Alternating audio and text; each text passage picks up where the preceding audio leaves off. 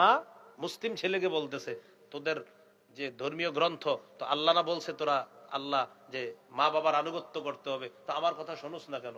আম্মা কি করব বলেন? তুই মোহাম্মদ সাল্লাল্লাহু আলাইহি সাল্লাম মোহাম্মদকে অস্বীকার কর, নাউজুবিল্লাহ।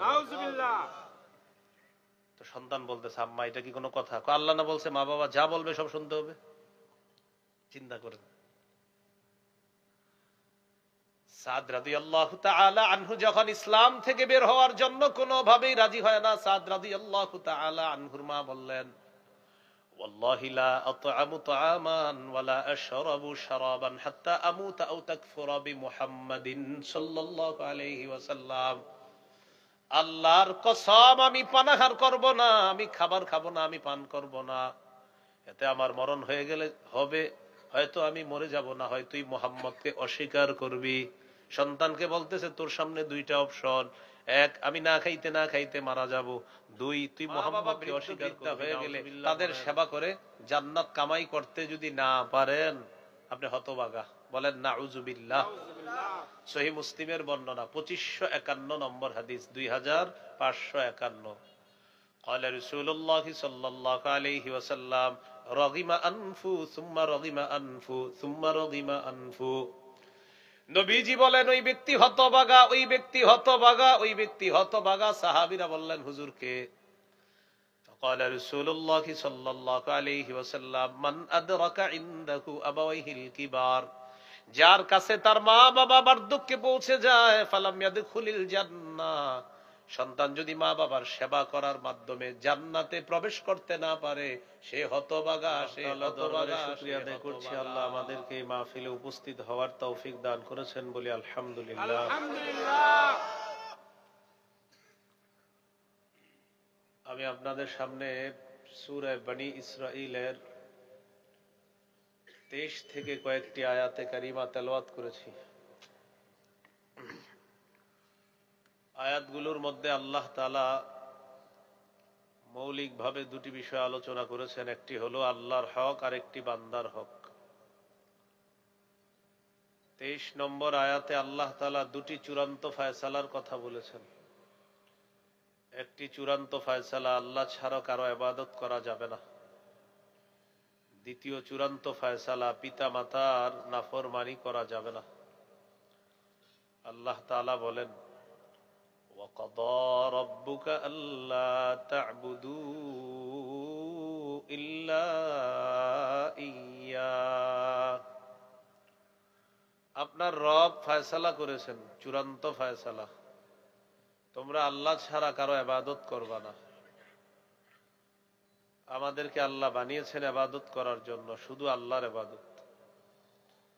সূরা জারিয়াতের 56 নম্বর আয়াতে আল্লাহ তাআলা বলেন, وَمَا خَلَقْتُ الْجِنَّ وَالْإِنسَ إِلَّا لِيَعْبُدُونَ। আমি জিন ইনসানকে আমার ইবাদত করার জন্য সৃষ্টি করেছি। কতদিন? মৃত্যু পর্যন্ত ইবাদত করা। সূরা হিজরের 99 নম্বর আয়াতে আল্লাহ তাআলা বলেন, ওয়া'বুদ রাব্বাকা হাত্তা ইয়াতিয়াকাল ইয়াকিন। তুমি তোমার রবের ইবাদত করো মৃত্যু পর্যন্ত, মরণ আসা পর্যন্ত তুমি তোমার রবের ইবাদত করো।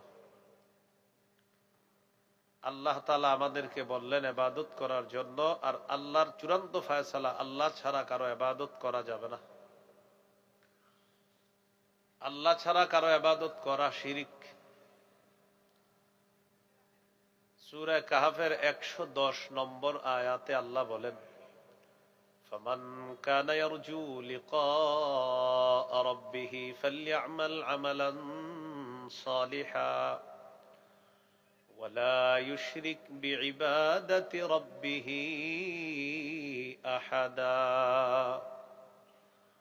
যে ব্যক্তি তার রবের সাথে সাক্ষাৎ কামনা করে সে যেন নেক কাজ করে, আর রবের ইবাদতে যেন কাউকে শরীক না করে, অংশীদার না বানায়।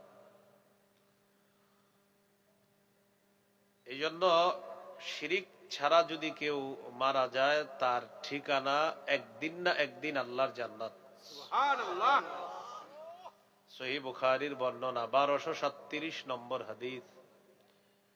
জিবরিল আমিন রাসূলুল্লাহ সাল্লাল্লাহু আলাইহি সাল্লামের কাছে আসলেন, এসে বললেন, বাশশির উম্মাতাকা আন্নাহু মান মাতা মিন উম্মাতিকা লা ইউশরিকু বিল্লাহি শাইআ দাখালাল জান্নাহ।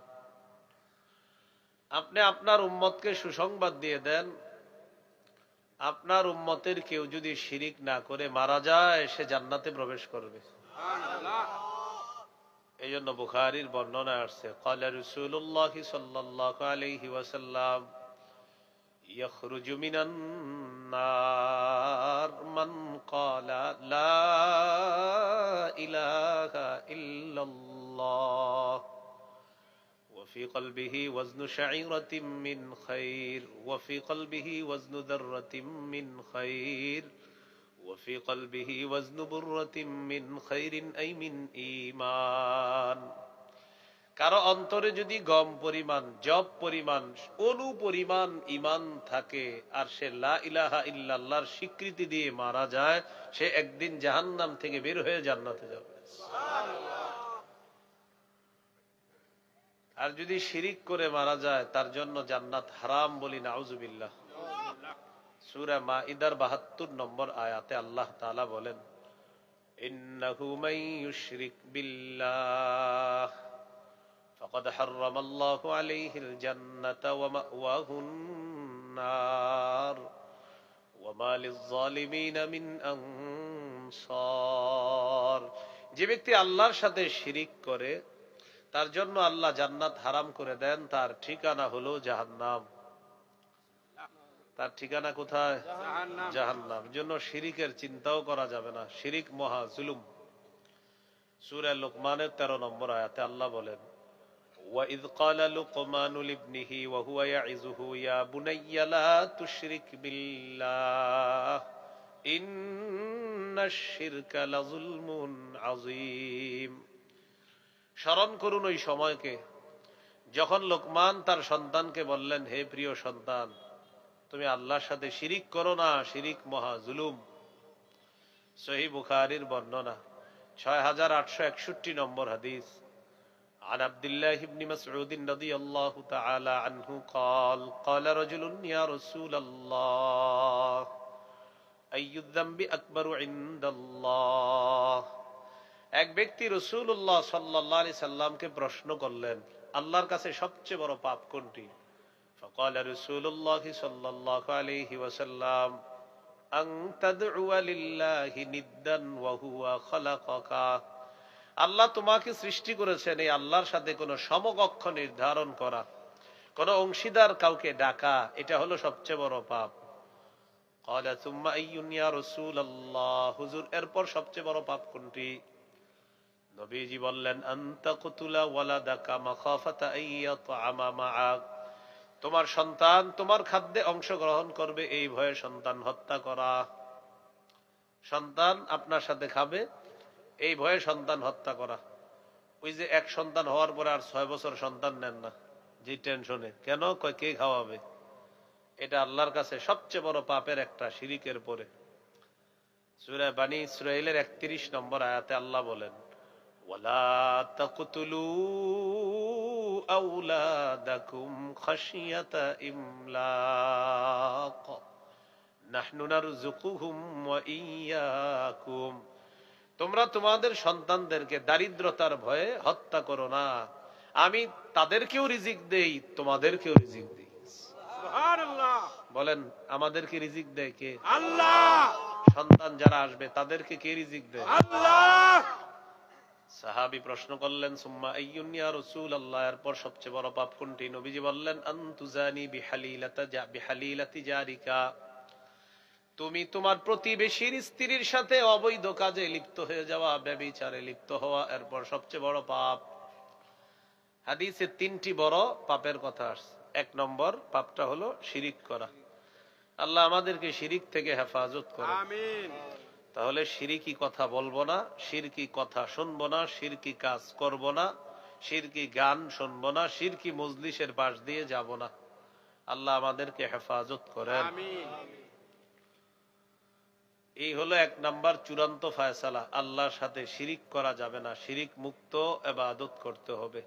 আল্লাহ আমাদেরকে শিরিক মুক্ত ইবাদত করার তৌফিক দান করুন। বলেন আমার সাথে, লোক দেখানো ইবাদত, লোক দেখানো ইবাদত, ছোট শিরিক, ছোট শিরিক, গোপন শিরিক, গোপন শিরিক, দাজ্জালের চেয়েও ভয়াবহ অপরাধ। দাজ্জালের তো ভয়াবহ। কি শিরিক? গোপন শিরিক বা ছোট শিরিক। বুলুগুল মারাম হাদিসের কিতাব 440 নম্বর হাদিস। قال رسول الله صلى الله عليه وسلم إن أخوف ما أخاف عليكم الشرك الأصغر والرياء। নবীজি বলেন, আমি তোমাদের ব্যাপারে সবচেয়ে বেশি ভয় পাই তোমরা ছোট শিরিকের মধ্যে লিপ্ত হয়ে যাবা। ছোট শিরিক হলো রিয়া, লোক দেখানো ইবাদত করা।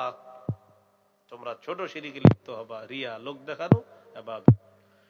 يقول الله يوم القيامة اذهبوا إلى الذين كنتم تراءون في الدنيا।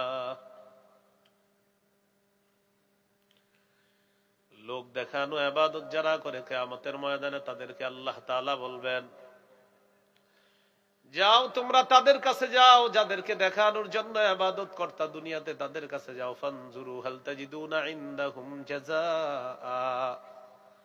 দেখো তাদের কাছে কোনো প্রতিদান তালাশ করে পাও কিনা। যাদেরকে দেখানোর জন্য ইবাদত করতা তাদের কাছে গিয়ে দেখো কোনো প্রতিদান পাও কিনা কিয়ামতের মাঠে। বল, সেটা আওয়াজ করি যারা আমরা আলোচক, এদেরকেও বলবে আল্লাহ তাআলা, তুমি ওয়াজ করছো কেন? আল্লাহ, মানুষ আমাকে বলবে বাহ বাহ কত বড় বক্তা। এই নিয়তে হলে তো যাও, যাদের কথা শুনতে বলছো এদের কাছে যাও। আল্লাহ হেফাজত করেন। আমিন।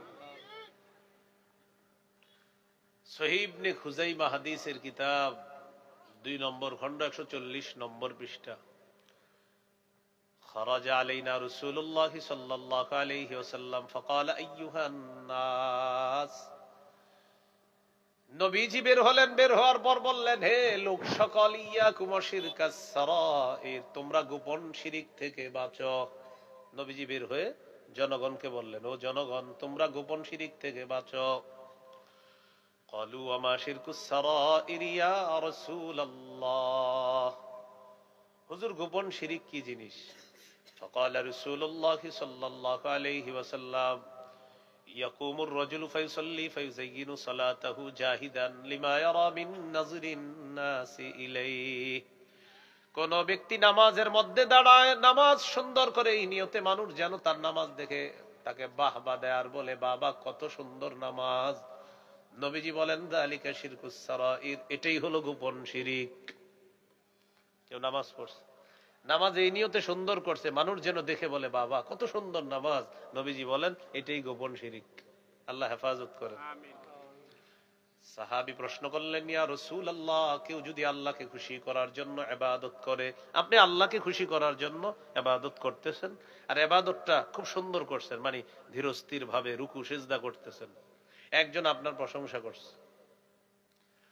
সাহাবী বললেন, ইয়া রাসূলুল্লাহ, কেউ যদি আল্লাহকে খুশি করার জন্য ইবাদত করে, মানুষ যদি তার ইবাদতের প্রশংসা করে, হুজুর এটাও কি গোপন শিরিক?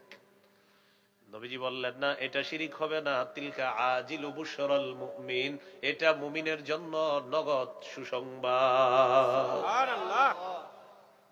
এটা মুমিনের জন্য নগদ সুসংবাদ। এবার একটু বলেন, বলেন গোপন শিরিক গোপন শিরিক দাজ্জালের চেয়ে ভয়ঙ্কর। দাজ্জালের চেয়ে ভয়ঙ্কর। হাদিসের একটা কিতাব আছে নাম সহিহুত তারগীব, এই কিতাবের 30 নম্বর হাদিস।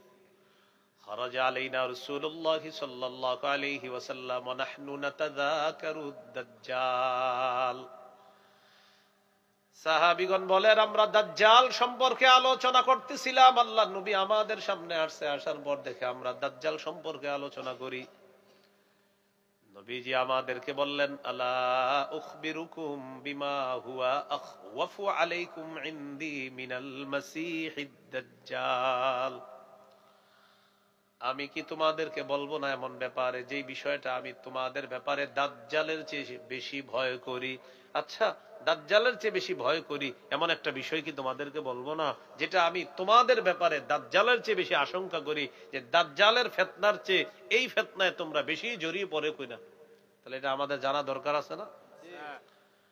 فقال رسول الله صلى الله عليه وسلم الشرك الخفي নবীজি বললেন গোপন শিরকে তোমরা লিপ্ত হবা এই বিষয়টা তোমাদের ব্যাপারে আমি দাজ্জালের চেয়ে বেশি আশঙ্কা করতেছি দাজ্জালের ফিতনায় যে পড়বা তোমরা এর চেয়ে বেশি আশঙ্কা করি যে তোমরা গোপন শিরকে জড়িয়ে পড়বা বেশিরভাগ মানুষ এখন গোপন শিরিক লোক দেখানো ইবাদতে ব্যস্ত একদম সব সেক্টরে আপনার আমরা যা করতেছি কেমন যেন আমাদের মাকসাদ হয় কে কি বলবে মাহফিল করি মাকসাদ হয় উত্তর পাড়ার চেয়ে আমগো লোক বেশি হতে হবে দক্ষিণ পাড়া মাহফিল করে তো তাদের মাকসাদ হয় আমগোটা বেশি হতে হবে মাকসাদ হয় ওই হুজুর ওই মাহফিলে কান্দাইছে যে পরিমাণ আমগোটার চেয়ে বেশি হইতে হবে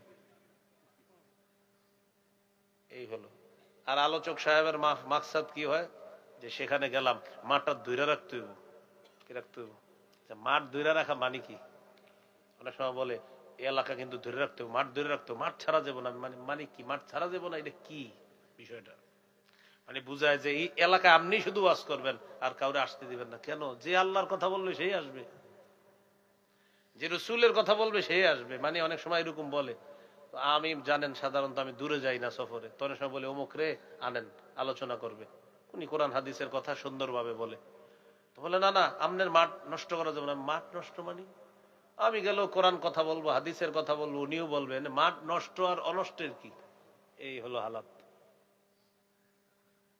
তো এইটা কি আপনার আল্লাহর জন্য কাজ করা এই কেন হচ্ছে এমন আল্লাহ আমাদেরকে হেফাজত করেন আমিন ছোট শিরিক গোপন শিরিকে ম্যাক্সিমাম মানুষ জড়িয়ে আছে নবীজি এটা আশঙ্কা করছে এই হলো এক নাম্বার চূড়ান্ত ফয়সালা ইবাদত হবে শুধু কার আল্লাহ দুই নাম্বার চূড়ান্ত ফয়সালা ওয়া বিল ওয়ালিদাইনি ইহসানা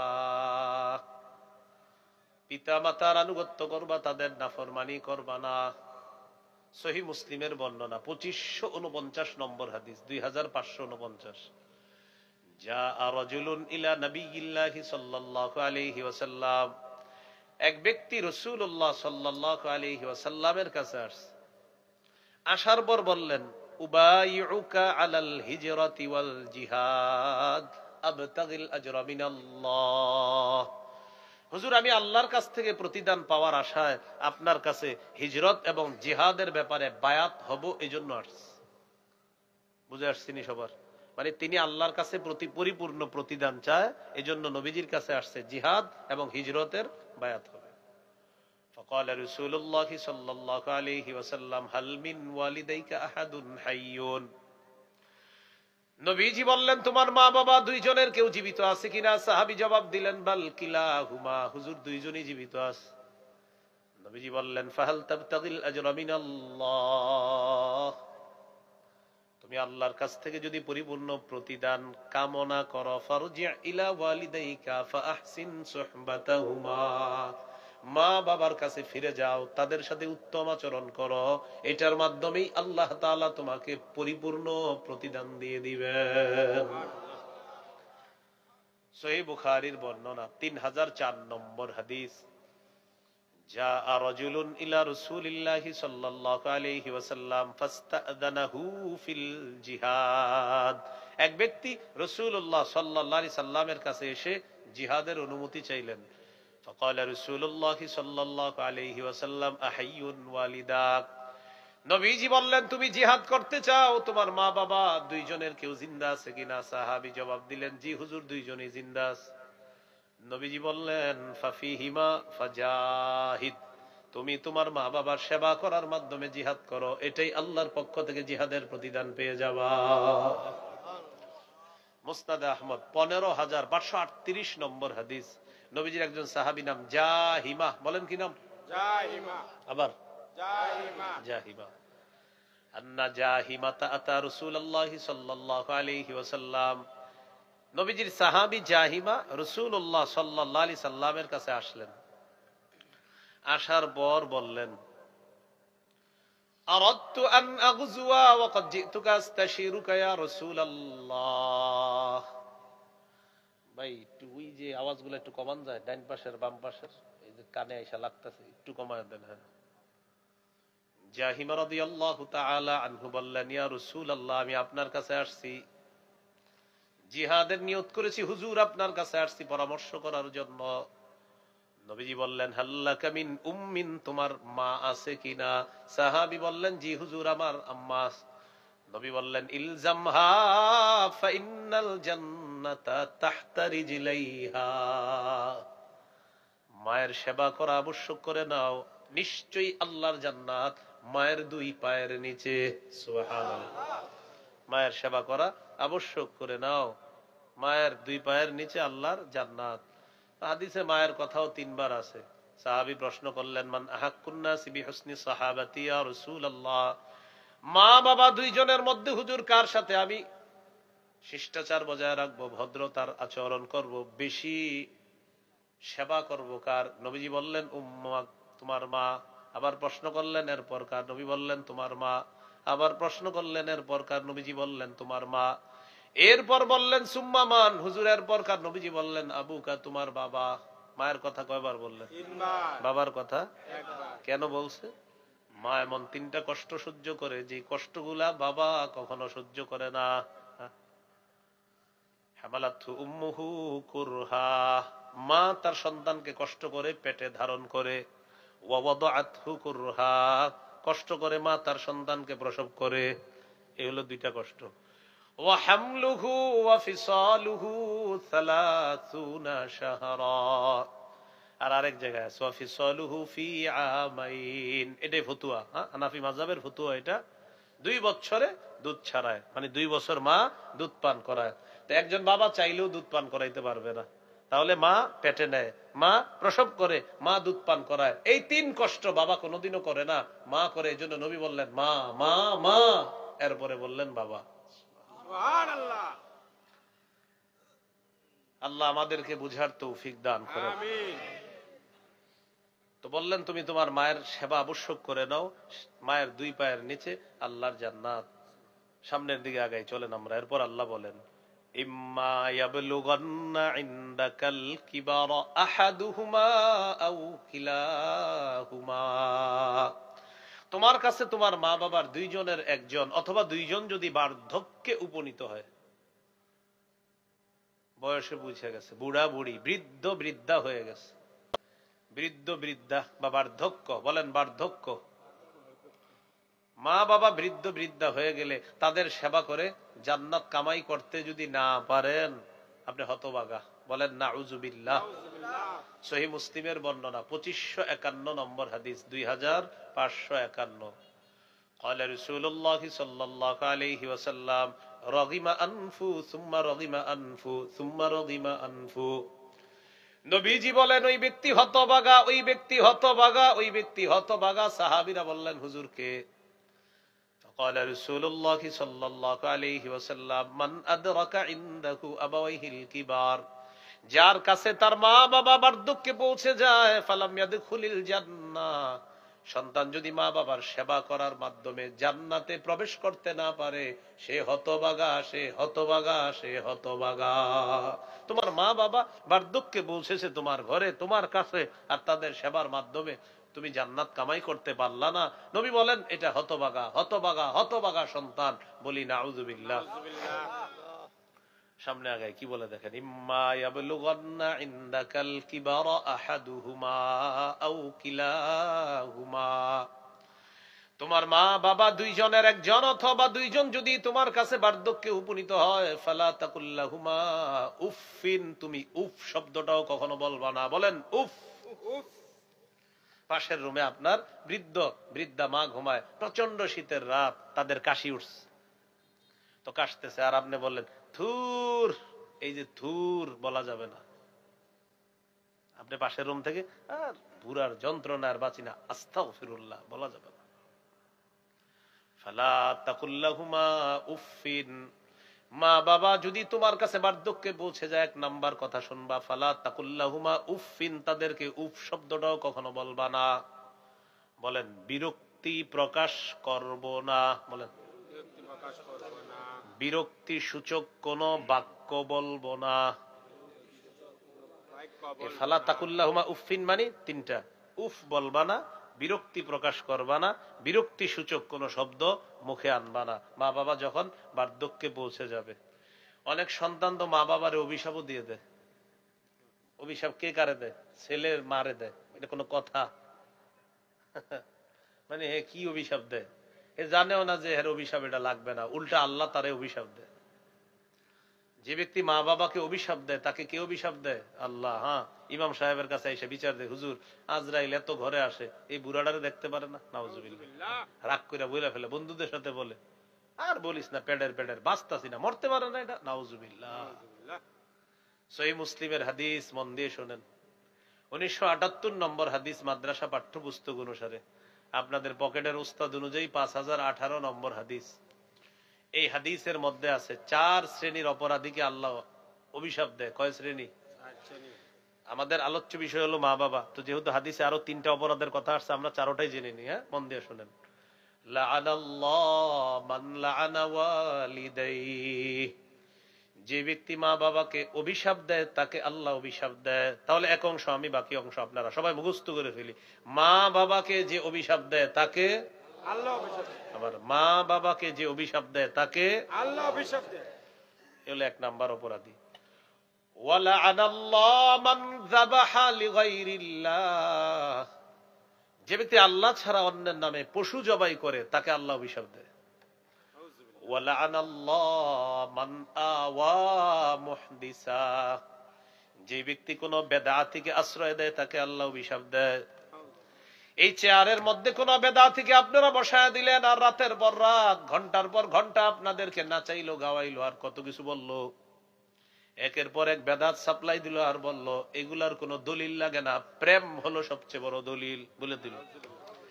মনে করেন কোন বেদাতিকে আশ্রয় দিলেন আর বলে দিল, আর আমার নাম ধরে ধরে কাফের ইত্যাদি যা বলার বলে ফেললো, আর বললো, তো মনে করেন বলে ফেললো কি যে বেদাত সাপ্লাই দিল, আর সাপ্লাইয়ের সুযোগটা কারা করছেন? কিছু আয়োজক আপনারা এখানে এসে কোন বেদাতিকে বসাইছেন, আর তিনি বেদাত সাপ্লাই দিতেছে। যারা সুযোগ করে দিলেন, নবীজি বলেন লাআনাল্লাহু মান আওয়া মুহদিসা, যে ব্যক্তি কোন বেদাতিকে আশ্রয় দেয় তার উপর আল্লাহর অভিশাপ। নিজের 1 কাঠা জায়গা দিয়ে দিলেন, জমি দিয়ে দিলেন, 1 ঘন্টা, ও বেদাতি তুমি এই জায়গায় আস্তানা বানাও, বানানোর পর আমরা দুইজনে মিলামিশা বেদাত সাপ্লাই করবো, আস্তানা বানানোর সুযোগ করে দিলেন। আর ঘটনা চক্রে তুমি যদি মারা যাও, এরপর তো আমার ব্যবসা পুরাই খারাপ। প্রথমে হইলো আস্তানা বানাইলেন, আর তুমি মারা যাওয়ার পরে ব্যবসা তো বাস আমার কে ঠেকায়? এই যে বেদাতের সুযোগ করে দিলেন, আল্লাহর অভিশাপ। নাউজুবিল্লাহ বলেন। এখন এই জায়গায় অনেকে মনে মনে বলতে পারে, হুজুর কথাটা কারে বললো? যে বেদাতি করে তারে। হুজুর বেদাতি কে? যে বেদাত করে। কে যে সেটা, সেটাই তো সে। আরে হুজুর সেটা কে? সেটাই সে। কে যে বেদাত করে? হুজুর বেদাত কে করে? যে করে। আপনি করেননি যদি বলেন হ, তো ওয়াজ আপনি করছে। আর যদি বলেন যে না হুজুর মাশাআল্লাহ কি বলেন, আমি তো এগুলা করি না, তো আপনার টেনশনের কি আছে? ওয়ালাআনাল্লাহু মান আওয়া মুহদিসা, যে ব্যক্তি কোন বেদাতিকে আশ্রয় দেয় তাকে আল্লাহ অভিশাপ দেয়। ওয়ালাআনাল্লাহু মান গায়্যারা মানারাল আরদ, যেই ব্যক্তি জমিনের নিশানা পরিবর্তন করে ফেলে তাকে আল্লাহ অভিশাপ দেয়। খাম্বা ছিল এখানে জমিনের, এই যে এখানে খাম্বা ছিল, এই পাশে আপনার জমিন, খাম্বা হঠাৎ এখানে এসে পড়ছে। তো বললেন ঘটনা কি? আপনার খাম্বা তো এখানে ছিল, এখানে কেন? এটা পাওয়ার। এটা কি? কতদিন? কয় যতদিন আসি। আবার পাওয়ার নেই, আবার চলে আসবে এখানে। তাহলে এটা মালিকানা, এটা কি? পাওয়ার। এই পাওয়ার যে দেখাচ্ছে বলে দিয়েন, আল্লাহর পাওয়ার হলো তুমি যতদিন খুঁটি এই জায়গায় রাখবা, তোমার উপর আল্লাহর অভিশাপ। জমিনের নিশানা পরিবর্তন করে, আসেনি মানুষের হুকুম, জমিন আত্মসাৎ করে। আল্লাহ হেফাজত করেন। তাহলে 4 শ্রেণীর অপরাধীর কথা বলা হলো। লাআনাল্লাহু মান লাআনা ওয়ালিদাইহি, বলেন মা বাবাকে যে অভিশাপ দেয় তাকে আল্লাহ অভিশাপ দেয়। যে ব্যক্তি আল্লাহর নাম ছাড়া পশু জবাই করে তাকে আল্লাহ অভিশাপ দেয়। যে ব্যক্তি বেদাতিকে আশ্রয় দেয় তাকে আল্লাহ অভিশাপ দেয়। যে ব্যক্তি জমিনের নিশানা পরিবর্তন করে তাকে আল্লাহ অভিশাপ। এগুলা অভিশপ্ত কাজ। আল্লাহ আমাদেরকে হেফাজত করেন। আমিন। মনে থাকবেন ইনশাআল্লাহ। তো আসেন মূল আলোচনায় চলে যাই। ফালা তাকুল্লাহুমা উফিন, উফ শব্দটা বলবা না, বিরক্তি প্রকাশ করবা না, বিরক্তি সূচক কোন শব্দ বলবা না, মা বাবাকে অভিশাপ দিবা না। 1 নাম্বার। দ্বিতীয়, আল্লাহ তাআলা নির্দেশনা হলো ওয়ালা তানহারহুমা, মা বাবাকে কখনো ধমক দিবা না। কি দিবা না? ধমক দিবা না। 3 নাম্বার, কুল্লাহুমা কাওলান কারীমা, মা বাবার সাথে নম্র কথা বলবা, ভদ্রভাবে কথা বলবা, নরম সুরে কথা বলবা। আপনি শহরে থাকেন, বেড়াইতে আসছেন, মানে বেড়াইতে বলতে বাড়িতে ছুটিতে আসছেন, আপনার বুড়া মা বাবা তারা কি চায় জানেন? ছেলে আসছে, পানের বাটাটা নিয়ে আপনার সামনে বসবে, বসার পর বলবে বাজান একটু বস, কথা আছে। আপনার বসায়া এই দুনিয়ার কথা বলবে। এমনও হইতে পারে যে কথাগুলো আপনার জানা আছে, মানে এমনি বলতেছে, আপনি মন দিয়ে শুনবেন, খুব গুরুত্ব দিয়ে শুনবেন, বুঝাবেন আব্বা জি, আর বলবেন যে আব্বা বলেন, যে আম্মা বলেন, দোয়া কামাই করতেছেন, দোয়া দোয়া দোয়া কামাই করতেছেন। কথা বলতেছে না, বলতেছে আমগো পুকুরটাই করতে হবে, জমিটাই করতে হবে, মানে আপনি কিন্তু সব জানেন, তারপরে বলতেছে ওই মন চায় আর কি, একটু পাইছে তো আপনারে, মন চাই একটু কথা বলি। এই যে ওনার মন চাইতেছে আপনার আব্বা আম্মার, আপনারা তো পায় না, মোবাইলও ভালো বুঝে না যে একটু আপনার সাথে কথা বলবে, তাই অনেকদিন পরে আসছেন, চায় যে আপনার সামনে বসে একটু কথা বলবে। তো আল্লাহ তাআলা বলেন ওয়াকুল্লাহুমা কাওলান কারীমা, নম্র সুরে কথা বলবা, ভদ্রভাবে কথা বলবা। কারণ তুমি ছোটবেলায় একটা কথা 100 বার বলছো, চিপস আইসক্রিম কতবার চাইছো, তোমার আব্বা আম্মা একবারও রাগ করে নাই। এখন তারা বার্ধক্যে পৌঁছেছে, শিশুদের মতো হয়ে গেছে, এক কথা বারবার বলতেই পারে, তুমি হাসি মুখে সব শুনবা আর সুন্দর কথা বলবা। 4 নাম্বার, ওয়াখফিদ লাহুমা জানাহাদ দুল্লি মিনার রাহমা, নম্র আচরণের মাধ্যমে তাদের সামনে বিনয়ী হও, দয়ার ডানা বিছিয়ে দাও। 5 নাম্বার, ওয়াকুর রব্বিরহামহুমা কামা রাব্বায়ানি সগীরা, যতবার দুনিয়াতে দোয়া করবেন ততবার এটা বলবেন, বলেন রব্বিরহামহুমা কামা রাব্বায়ানি সগীরা। পৃথিবীতে যতবার দোয়া করব এই দোয়াটা করব, হে আমার রব, আমার মা বাবা যেমন শৈশবে আমাকে লালন পালন করেছে, কত মায়া করে যত্ন করে, মাবুদ তেমনি ভাবে আপনি দয়া করে মায়া করে আমার আব্বা আম্মার প্রতি দয়া করেন, রহম করেন। কামা বলছে না, কামা, কামা রব্বায়ানি, কামা যেভাবে আমাকে, তো আমাকে যেভাবে ছোটবেলা আপনার আব্বা আম্মা কিভাবে বলছে, খুব যত্ন করে মায়া করে, আল্লাহ যেভাবে শৈশবে আমাকে আমার মা বাবা আদর করে যত্ন করে লালন পালন করছে, আল্লাহ আপনি আমার আব্বা আম্মাকে এইভাবে একটু মায়া করে দয়া করে তাদের প্রতি রহম করেন।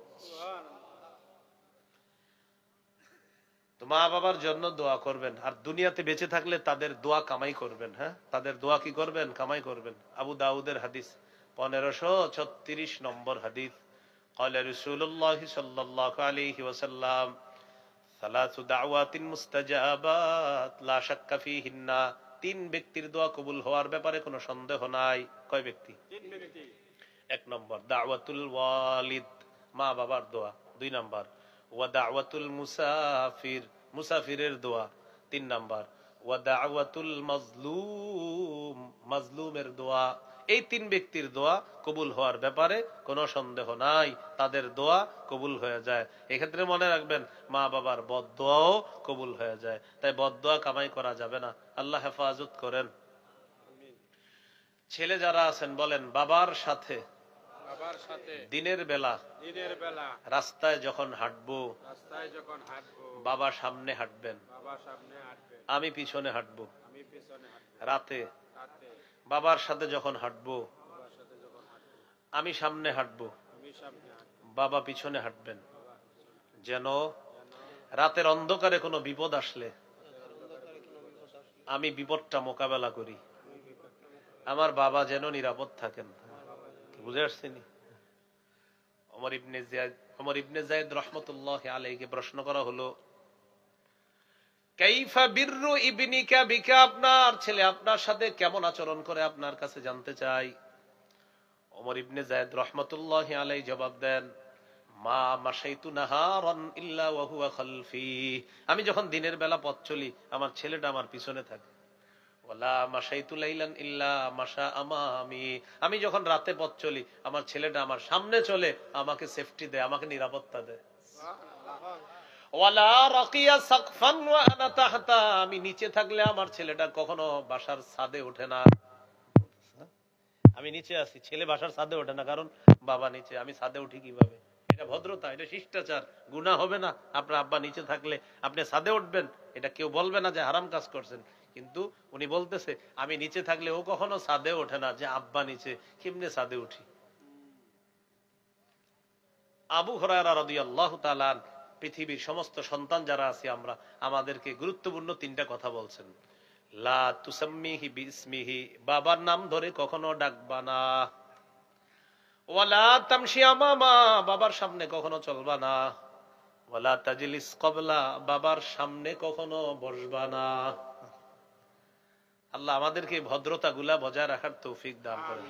আসলে উদ্দেশ্য হলো আব্বা আম্মাকে যথাসম্ভব খুব ভদ্রভাবে তাদের সাথে চলাফেরা করা, কোনোভাবে যেন আমাদের দ্বারা কোনো বেয়াদবি না হয়ে যায়। আল্লাহ আমাদেরকে তাদের বদদোয়া থেকে হেফাজত করেন।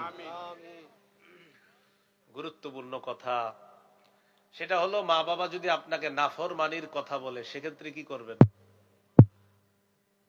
বলেন? ভদ্রতার সাথে তাদের এই কথা প্রত্যাখ্যান করতে হবে।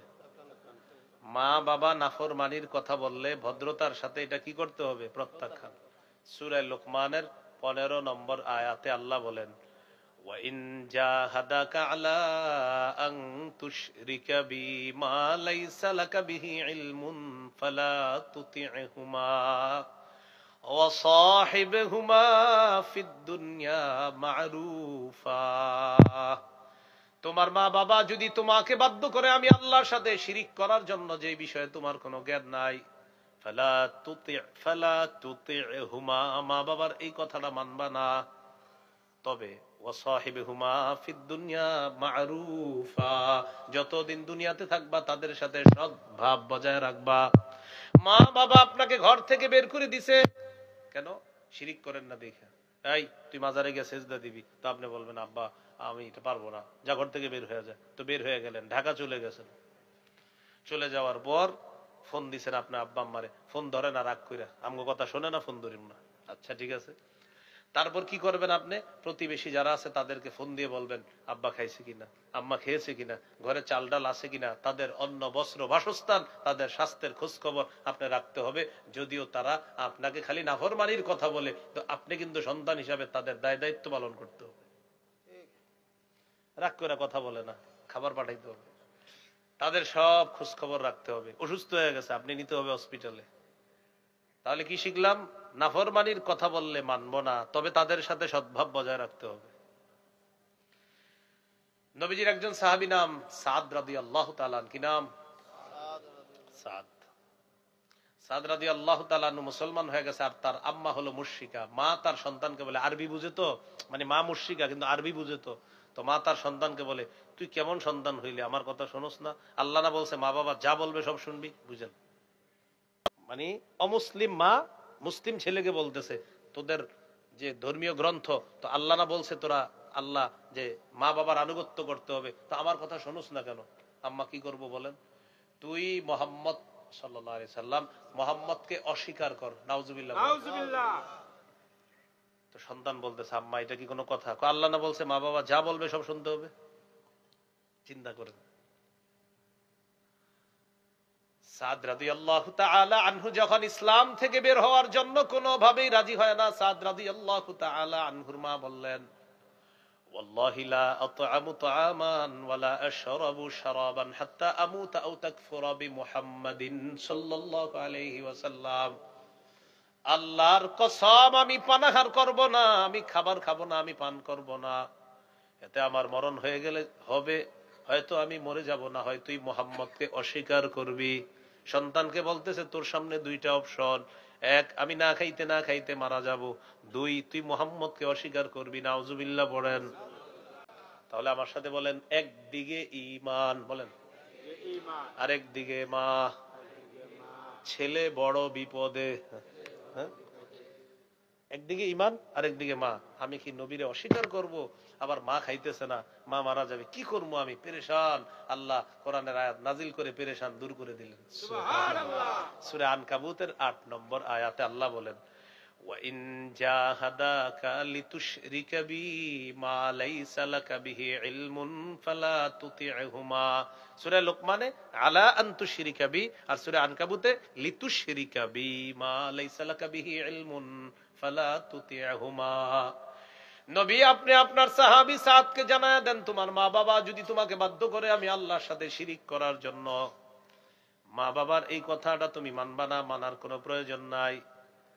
সাদ রাদিয়াল্লাহু তাআলা তার মাকে জানায়া দিলেন, আম্মা 100 বার যদি আপনি জীবন ফিরে পান, আবার 100 বার যদি মৃত্যু হয়ে যায়, 100 বার আবার আপনি জীবন ফিরে পাওয়ার পরও যদি বলেন আমি মুহাম্মদ সাল্লাল্লাহু আলাইহি ওয়াসাল্লামকে অস্বীকার করার জন্য, আম্মা আমার পক্ষে আমার নবীকে অস্বীকার করা সম্ভব নয়। সুবহানাল্লাহ।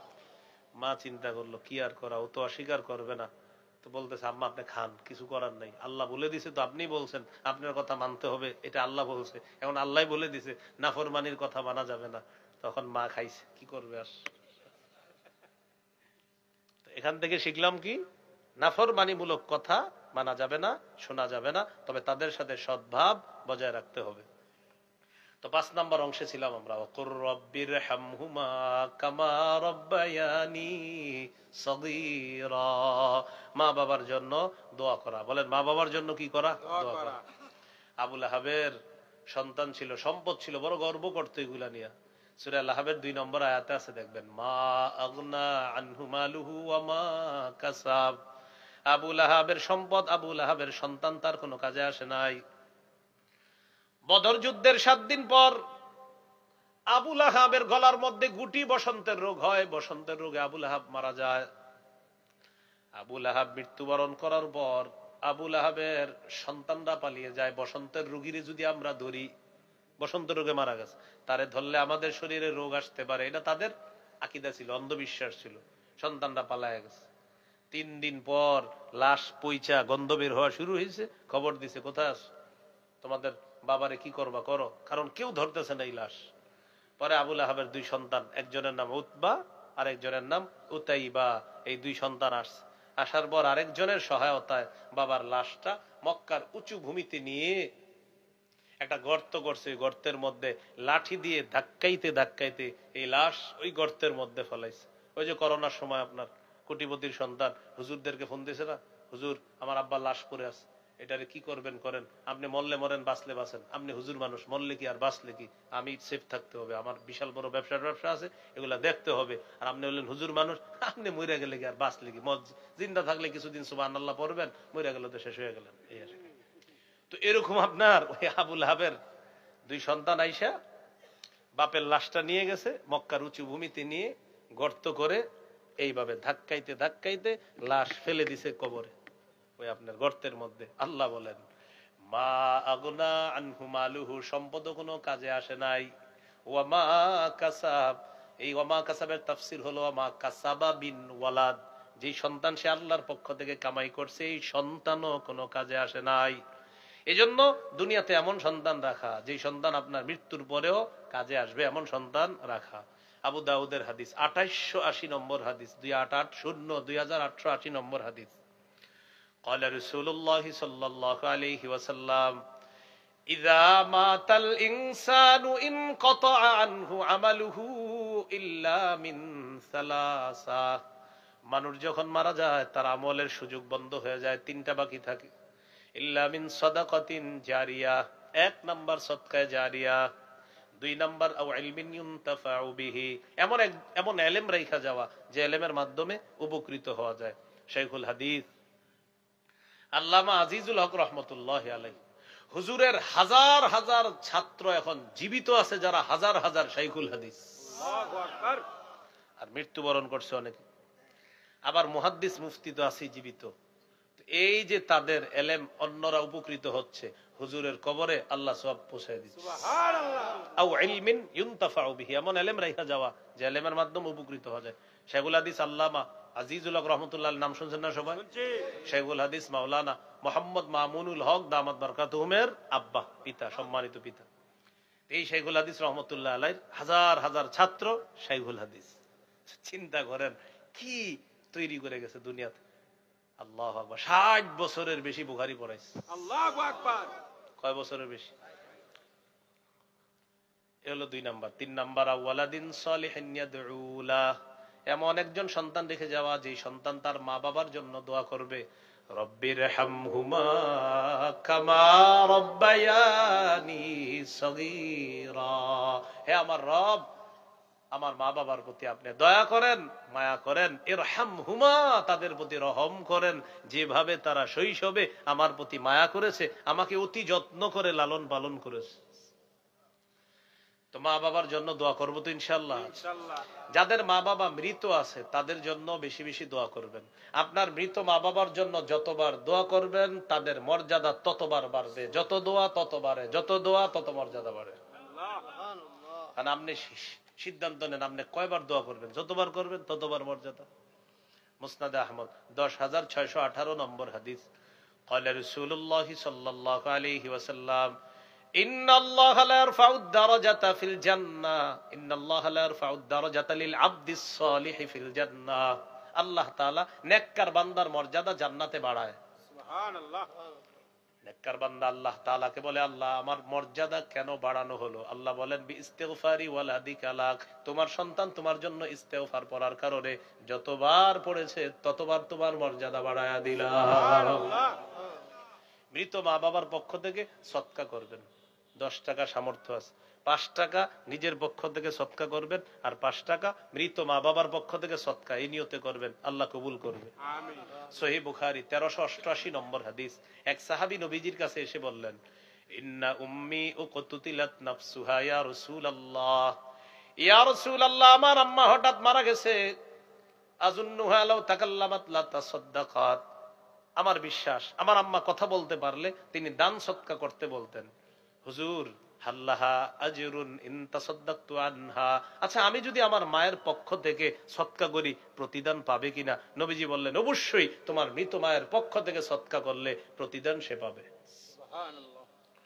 এবার বলেন, মা বাবাকে মা বাবাকে গালি খাওয়াবো না, গালি খাওয়াবো, কি খাওয়াবো না? গালি খাওয়াবো। সহিহ বুখারী 5973 নম্বর হাদিস, রাসূলুল্লাহ সাল্লাল্লাহু আলাইহি সাল্লাম বলেন, কিছু মানুষ তার মা বাবারে অভিশাপ দেয়। সাহাবীরা বললেন, হুজুর এটা কিভাবে? নবী বললেন, ইয়াসুব্বুর রাজুল আবার রাজুল ফায়াসুব্বু আবাহু ওয়া উম্মাহু, তাকার এই দিকে, মানুষ আরেকজনের বাবারে গালি দেয়, ফলে সে তার মা বাবারে গালি দেয়। একজনে আরেকজনের বাবারে গালি দেয়, ফলে সে পাল্টা তার মা বাবাকে গালি দেয়। নবী বলেন, তুমি কেন আরেকজনকে গালি দিলা? তাই তো সে তোমার মা বাবাকে গালি দিছে, তুমি গালি খাওয়াইছো। তাহলে মা বাবাকে গালি খাওয়ানো যাবে না। বুঝে আসছিনি সবার? এবার বলে, নাফরমান মা বাবার জন্য হেদায়েতের দোয়া করা। কিসের দোয়া করা? হেদায়েত। সহিহ মুসলিমের বর্ণনা 2491 নম্বর হাদিস, عن أبي هريرة رضي الله تعالى عنه قال كنت أدعو أمي إلى الإسلام وهي مشركة। আবু হুরায়রা রাদিয়াল্লাহু তাআলা আনহু বলেন, আমি আমার আম্মাকে ইসলামের দাওয়াত দিতাম, আমার আম্মা হলেন মুশরিকা। ফাতাবা আলাইয়া, আমার আম্মা দাওয়াত বারবার প্রত্যাখ্যান করে। ফাদাউতুহা ইয়াওমান, একদিন আম্মাকে আমি দাওয়াত দিলাম। ফাসমাতনি ফি রাসূলিল্লাহি সাল্লাল্লাহু আলাইহি ওয়াসাল্লাম মা আকরাহু, আমার নবীর শানে এমন কথা বলছে যেটা আমার পছন্দ হয় নাই। নবীজির শানে উল্টাপাল্টা বলছে আমার আম্মা। ফাতাইতু রাসূলুল্লাহি সাল্লাল্লাহু আলাইহি ওয়াসাল্লাম ওয়া আনা আবকি, আমি কান্না করতে করতে নবীজির কাছে আসলাম। আসার পর বললাম, ইয়া রাসূলুল্লাহ কুনতু আদউ উম্মি ইলাল ইসলাম ফাতাবা আলাইয়া, আমি আমার আম্মাকে ইসলামের দাওয়াত দেই, আম্মা শুধু দাওয়াত প্রত্যাখ্যান করে। দাউতুহাল ইয়াউমা, হুজুর আজকেও আমি আমার আম্মাকে দাওয়াত দিলাম। তারপর ফাসমাতনি ফিকা মা আকরাহু, আপনার ব্যাপারে এমন কথা বলছে যে আমার পছন্দ হয় নাই। উদউল্লাহ আইয়াহদিয়া উম্মা আবি হুরায়রা, হুজুর একটু দোয়া করেন, আল্লাহ যেন আবু হুরায়রার মাকে হেদায়েত দিয়ে দেয়। নবীজি সাথে সাথে বললেন, আল্লাহুম্মা হদি উম্মা আবি হুরায়রা, আল্লাহ আপনি আবু হুরায়রার মাকে হেদায়েত দিয়ে দেন। আবু হুরায়রা রাদিয়াল্লাহু তাআলা আনহু বলেন, ফাখরাজতু মুস্তাবশিরান বিদাওয়াতি রাসূলিল্লাহি সাল্লাল্লাহু আলাইহি ওয়াসাল্লাম, নবীর দোয়া করছে এই সুসংবাদ পাওয়ার জন্য আমি তাড়াতাড়ি বাড়ির দিকে রওনা করলাম, খুশিতে রওনা করছি যে কি হইল দেখিন একটু। ফাজিতু ফাসিরতু ইলাল বাব, বাসার সামনে আসলাম, দরজার সামনে দাঁড়াইলাম। ফাইদা হুয়া মুজাফ, দেখি দরজাটা বন্ধ। সামিয়াত উম্মি খশফা কদামাইয়া, আম্মা আমার দুই পায়ের আওয়াজ শুনছে। ভিতর থেকে বললেন, মাকানাক, আবা হুরায়রা, আবু হুরায়রা ওখানেই দাঁড়াও। সামিআতু খদখদাতাল মা, আমি পানির কলকল আওয়াজ শুনলাম, বুঝতে পারলাম আম্মা গোসল করতেছে। ইগতাসালাত, আম্মা গোসল করলেন। লাবিসাত দিরআহা, কাপড় পরিধান করলেন, চাদর পরিধান করলেন। ওয়া আজিলাত আন খিমারিহা, মাথার চুলগুলা মুছতে মুছতে আসছে। ফাতাহাতিল বাব, দরজা খুলছে। খোলার পর বললেন আশহাদু আল্লাহ ইলাহা ইল্লাল্লাহ ওয়া আশহাদু আন্না মুহাম্মাদান আবদুহু ওয়া রাসূলুহু, আমি সাক্ষ্য দিচ্ছি আল্লাহ ছাড়া কোনো ইলাহ নাই, আরো সাক্ষ্য দিচ্ছি মুহাম্মদ সাল্লাল্লাহু আলাইহি ওয়াসাল্লাম আল্লাহর বান্দা এবং রাসূল। এই মুহূর্তে আমি আত্মসমর্পণকারী মুসলমান হয়ে গেলাম। সুবহানাল্লাহ। আবু হুরায়রা আবার দৌড় দিলেন নবীর কাছে। আবু হুরায়রা বলেন আতাইতু রাসূলুল্লাহি সাল্লাল্লাহু আলাইহি ওয়াসাল্লাম ওয়া আনা আবকি মিনাল ফারহি, খুশিতে আল্লাহর রাসূলের কাছে রওনা করলাম কাঁদতে কাঁদতে। এটা খুশির কান্না। নবীজির কাছে গিয়ে বললাম আবশির ক্বাদ ইস্তাজাবাল্লাহু দা'ওয়াতাক ওয়া হাদা উম্মা আবি হুরায়রা, হুজুর সুসংবাদ গ্রহণ করেন, আপনার দোয়া আল্লাহ কবুল করেছেন, আবু হুরায়রার মাকে হেদায়েত দিয়ে দিয়েছেন। সুবহানাল্লাহ। হুজুর আরেকটা দোয়া করেন। কি দোয়া? উদউল্লাহ আইয়ুহাব্বিবানি আনা ওয়া উম্মি ইলা ইবাদিহিল মুমিনিন ওয়া ইউহাব্বিবাহুম ইলাইনা, আমাকে আর আমার আম্মাকে আল্লাহ যেন তার মুমিন বান্দাদের কাছে প্রিয় বানায়া দেয়, আর সমস্ত মুমিনদেরকে যেন আমার আর আমার আম্মার কাছে প্রিয় বানায়া দেয়। সুবহানাল্লাহ। নবীজি বললেন আল্লাহুম্মা হাব্বিব উবাইদাকা হাদা ওয়া উম্মাহু ইলা ইবাদিকাল মুমিনিনা ওয়া হাব্বিবহুম ইলাইহিম, আল্লাহ আপনি আপনার এই ছোট বান্দা আর তার মাকে আপনার মুমিন বান্দাদের কাছে প্রিয় বানায়া দেন, আর মুমিন বান্দাদেরকে তাদের কাছে প্রিয় বানায়া দেন। আবু হুরায়রা রাদিয়াল্লাহু তাআলা আনহু বলেন এরপর থেকে যত মুমিন দুনিয়াতে জন্মগ্রহণ করেছে আর আমার কথা শুনেছে বা আমাকে দেখেছে, সবাই আমাকে ভালোবেসেছে। সুবহানাল্লাহ। ওই যে দোয়া করছে, কি শিখলাম? নাফরমান পিতা মাতার জন্য দোয়া করা, হেদায়েতের দোয়া। কিসের দোয়া করা? হেদায়েতের দোয়া। আল্লাহ কবুল করেন।